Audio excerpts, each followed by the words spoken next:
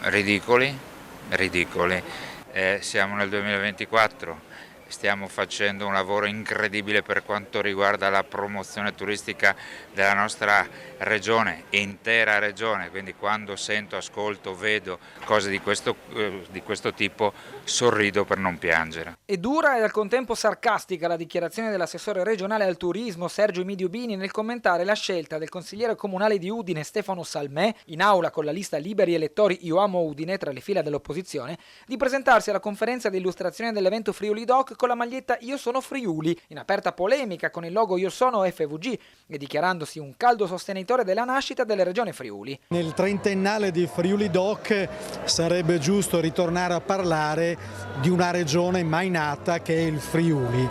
Io ritengo che quel logo Io sono Friuli Venezia Giulia non ci rappresenta affatto, sia un po' un insulto alla nostra identità. Dichiarazioni che l'assessore regionale Bini respinge soprattutto per il grande lavoro che l'esecutivo sta compiendo proprio con il marco Io sono FVG a tutela dell'intera regione in termini di promozione turistica integrata dal mare giuliano alle montagne friulane. Più morbida invece la posizione del sindaco di Mugge e segretario triestino della Lega Paolo Polidori, che premettendo che i vari sentimenti territoriali vanno sempre salvaguardati e non a caso guardando in casa sua evidenzia le peculiarità del capoluogo regionale, plaude al lavoro della giunta regionale sotto l'ottica di una gestione di insieme, tanto del turismo quanto delle identità delle singole aree del Friuli Venezia Giulia. L'identità non va assolutamente contestata e messa in discussione. Dirsi e definirsi io sono Friuli va benissimo. Siamo parte però di una regione che è amministrata egregiamente e molto bene, che ha le sue autonomie, che ha le sue particolarità, dove il friulano come identità è anche garantita per legge, quindi da questo punto di vista un dibattito può essere lungo, ma è sacrosanto